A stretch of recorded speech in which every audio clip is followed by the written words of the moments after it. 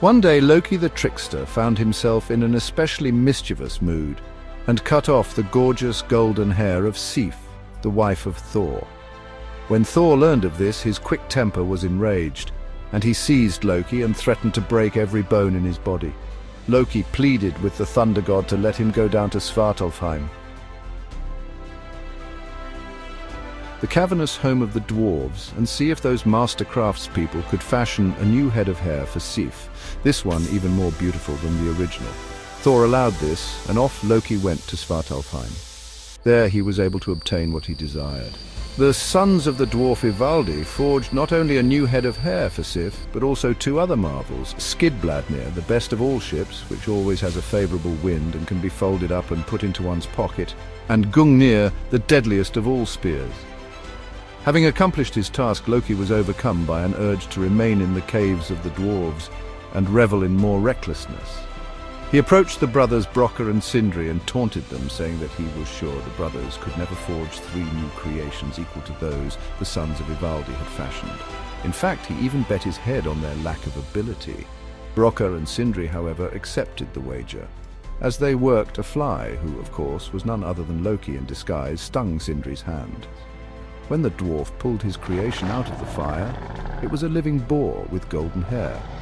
This was Gullinbursti, who gave off light in the dark and could run better than any horse, even through water or air. Sindri then set another piece of gold on the fire as Brokkr worked the bellows. The fly bit Brokkr on the neck, and Sindri drew out a magnificent ring, Draupnir. From this ring, every 9th night, fall 8 new golden rings of equal weight. Sindri then put iron on the hearth and told Brokkr that for this next working they must be especially meticulous, for a mistake would be more costly than with the previous 2 projects. Loki immediately stung Brokkr's eyelid, and the blood blocked the dwarf's eye, preventing him from properly seeing his work.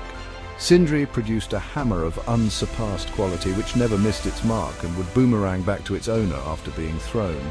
But it had one flaw: the handle was short. Sindri lamented that this had almost ruined the piece, which was called Mjolnir. Nevertheless, sure of the great worth of their 3 treasures, Sindri and Brokkr made their way to Asgard to claim the wages that were due to them. Loki made it to the halls of the gods before the dwarves and presented the marvels he had acquired.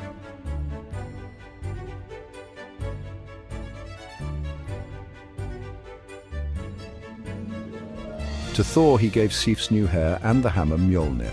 To Odin went the ring Draupnir and the spear Gungnir. And Freya was the happy recipient of Skidbladnir and Gullinbursti. As grateful as the gods were to receive these gifts, especially Mjolnir, which they foresaw would be of inestimable help in their battles against the giants, they nevertheless concluded that Loki still owed the dwarves his head. When the dwarves approached Loki with knives, the cunning god pointed out that he had promised them his head, but not his neck. Brokkr and Sindri contented themselves with sewing Loki's mouth shut and returned to their forge.